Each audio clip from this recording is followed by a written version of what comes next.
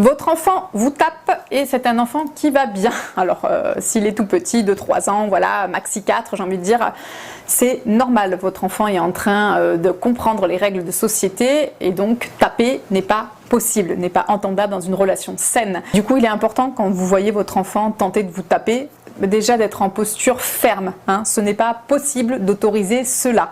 Hein. C'est vraiment très important. Il ne faut pas non plus surréagir en mode tu vas voir, je vais t'en mettre une aussi, hein, parce que du coup vous êtes en train de lui montrer quelque chose que vous ne voulez pas qu'il fasse.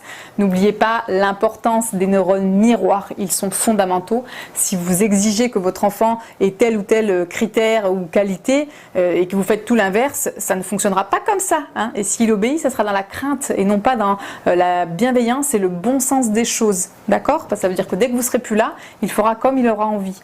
Et donc ça voudra dire sûrement dans la violence. Donc il est vraiment important de pouvoir vous dire que votre enfant tape, c'est normal, ça fait partie vraiment du développement classique de l'enfant parce qu'il est, on va dire, pur, sans filtre. Il a une émotion, il va hurler, il va taper quand il y a quelque chose qui ne va pas aller. C'est vraiment quelque chose de naturel, je le répète.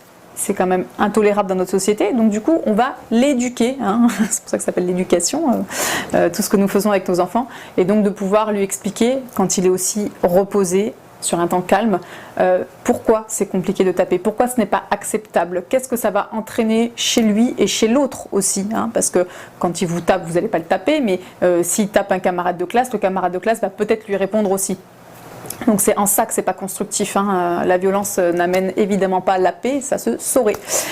Donc je le répète, c'est un développement classique. Par contre, il va falloir mettre des mots sur ce qui se passe chez votre enfant et trouver des solutions pour l'apaiser. J'avais déjà fait une vidéo sur calme-toi. Je pense qu'il est important de la regarder et donc de pouvoir trouver des techniques pour que votre tout petit se calme. Ça peut être d'aller crier dans sa chambre, ça peut aller de faire une partie de guillis aussi, ça peut être de faire un gros câlin, ça peut être d'aller voir son doudou et de se reposer. Et récemment, j'ai lu qu'il n'était pas intéressant de faire taper un enfant sur un coussin ou sur quelque chose d'inanimé parce que du coup, son cerveau ancre que la colère passe forcément par l'expression de la violence. Et en effet, je trouve que c'est pas très intéressant, même si la technique du coussin peut être une solution intermédiaire.